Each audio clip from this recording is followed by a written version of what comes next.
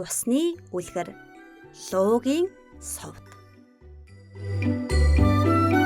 Хятадууд лууг хүч чадал, мэрэгэн ухаанаараа хинтээж зөвлөжгүй хэмээн үзэж газар дэлхий, үүлс, салхи бороог захирдаг гэж итгэдэг.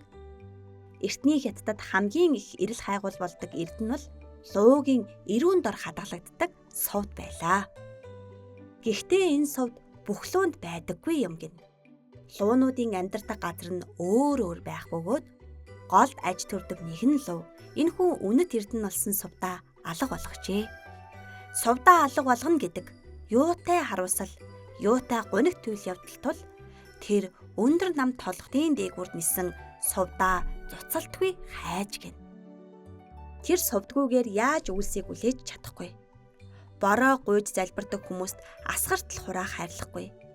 Ган гачгаас иргэдийг аврах аргагүй болох тул луу үнэхээр их шаналж байлаа. Эрэл хайгуул нь мухартахад тэр сүүлдээ залбирч эхэллээ. Хайрсан далавчаа дэвэн дэвсээр хөх тэнгэр өөд хөөрч ниссэн ч совд нь олдсонгүй. Учир нь гайхамшигт совд толгодын дорх жижигхэн нүхэн дунаад түүний дээд юр бусын ногоон өнгийн өвс ургасан байв. Тэр өвсний ирэмгүүд нарны гэрэлд шүүдэр шиг ялалцсан харагдана. 10 настай Шаошин совдны унсан тэр толгод руу өгсөж явлаа. Учир нь түүний ээж маш их хөдөлмөрлөгч, тэдэнд идэх хүнс хомс байлаа. Өнөөдөртөө ууг устай байгаач ган гачиг болсноос үүдэн удахгүй ундны усгүй болохдоо тулаад байгаа учраас хүү ямар нэг арга чарга олох гэж ийхүү яваан юм. Хүү толгод өөд өгсөж амьсгаадан духныхаа хөлсийг ханцуугаараа шудархтаа нөгөө юр бусын өтгөн ногоон зүлэг олж харлаа. Тэр баярлан энэ сайхан өтгөн өвсийг чинь зах дээр малын тижэл болгон зарж болох юм шүү хэмээн уулгаалтав. Тариачид үүний төлөө мөнгө харамлахгүй гэдгийг тэр мэдэж байлаа. Тэр аль боломжоор их өвс тайрч аван сагслаад амандаа дуу аялан зах руу гүйлээ.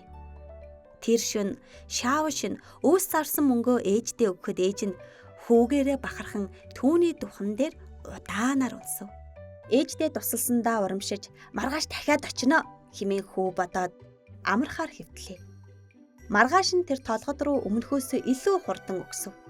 Түүний толгойд олон бодол эргэлтнэ. Очсон чи өвс байхгүй бол яах вэ? Өчтөр хит их тайрчихсан юм биш үсттэй. Тийм сайхан өвсийг өөр хүн олчихсан бол яах вэ? Гихчлэн олон бодол чаналсаар хурж очтол өвс өчигдрийн адил юр бусын ногоон хിവэрээ өнөөх газраа байж л байв. Шаошин тайвширч инээ далдаж дуу аялсаар өвсөө тайрав. Түүнээс хойш тэр хидийд чатсан өвс байнга дахин ургасан байдаг байлаа.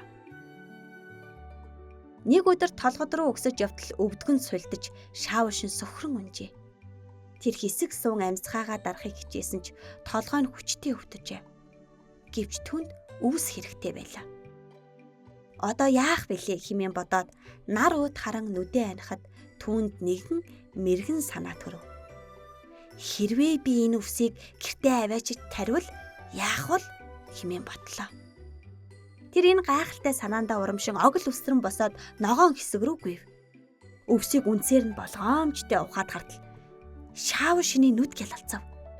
Энэ бол луугийн совд байлаа. Тэр совдыг болгоомжтой авч арчин халааснаа хийлээ. Тэр гэр рүүгээ харах замдаа өнөөх совдаа дайндаа халааснасаа гарган харж баясжээ.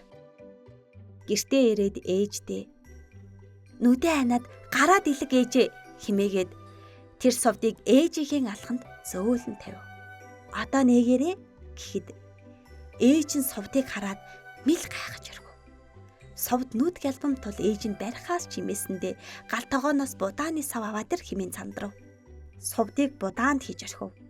Энэ үеэр толгодоос авчирсан өвс нь өнгөө алдаж ганцсан байлаа. Маргааш өглөө нь Шаошин өмнөх шигээ шувуудын жиргээгээр бас ээжийнхээ зочих дуунаар сэрв. Тэр сандран галтаагоор очиход ээж нь савнд хийсэн будаа дүүрэн шалаар нэг асгарсныг гайхан зогсож яв. Шаошины нүд алмааран эн чин луугийн совд байж магадгүй юм байна хэмээн уулга алтлаа. Ээж нь гайхаж мэгдсэндээ хариу хэлсэнгүй. Гэвч өөрөөр яаж өвс нэг хоногт ургаж будаа үржих билээ дээ. Ээж нь бодолд автах зур шаавш нь гадаагүйж гарлаа. Харалдаа ээжээ, өвс яаж ганцныг хардаа? Өмнө нь үргэлж ногоон байсан шүү дээ гэхэд ээж нь толгой дохиод. Энэ бол голын луугийн сувд. Гэхдээ энэ бол альдслал бас гайхамшиг шаавшин. Гэхдээ энэ сувд биднийх биш. Түүний баялаг хүн бүхэнд хүрэх ёстой хэмээв. Тэгээд шаавшин ээжтэйгээ энэхүү гайхамшиг төвл явдлын үр жимсийг чимээгүйхэн бусдтай хуваалцаж эхлэв. Тэд хуршүүддээ будаа хоол тараан өглөө. Тэдний өглөг буян тарааж буй мэдээ тосгоноор маш хурдан тархав. Хүмүүс хоншиг хошуурч ирсээр зарим нь талархаж, харин зарим нь хитрхи шуналтай байсан шаавшинийг дургуутсгэд ээж нь совд угаасаа зөвхөн түүнийх биш гэдгийг сануулна. Энэ бүхэн яг л толгод дээр анх олсон ногоон өвс шиг шаавшинд бодит бус санагданаа. Нэг өдөр газрын эзэн залтай нэмзэглэл тодруулсаар гэрт нь ирэв. Тэрээр сайн сууцгааж байна уу? Энэ их идэ будаатай болсон нууцаа надад хилээчтэй хэмэв. Шаавшин галт тогоондоо ороод сувдыг амандаа хийж залгив. Шаавшин болохгүй хэмээн ээж нь орилсон ч оройдсон байлаа. Удалгүй хүү ус уумаар байна хэмээн хашгирлаа. Түүний бие бүхэлдээ шатаж буй мэт болов. Ээж нь худагт үлдсэн жаахан усыг авчирч өгсөн ч хангалтгүй байлаа. Хүү гол руу гүйж очин ус ууж эхлэв. Гэтэл шаавшин хүүгийн дүр хувирсаар луу болох нь тэрээ. Тэр далавчаад элгэж тэнгэр өөд хөрөхөд үүлс хуралдаж бороо асгарлаа. Энэ үед газар чигдэж ган гачиг тайлагдав. Шаавшин нэгэн цагт хүү байсан бол одоо харин луу болжээ. Тэр ээж рүүгээ эргэн харсаар дүүлэн нислээ. Хүүгийн усуусан голыг Ван Нян Таан буюу ээжигээ харсаар Мурисэн гол гэж нэрлэжээ. Луу болсон хүү заримдаа досгорынхон дээгүүр нисэн өнгөрдөг бол заримдаа ээж нь голын ирэг дээр сууж тэнгэрт хөвөх үүлсийг ширтэн хүүгээ санагалцсан. Зарим нь луу шиг харагдахад шаавшин тэнд байгаа болов уу хэмээн харуулцдаг байлаа. Улас бүр усны эзнийг төсөөлсөн дүртэй байдаг.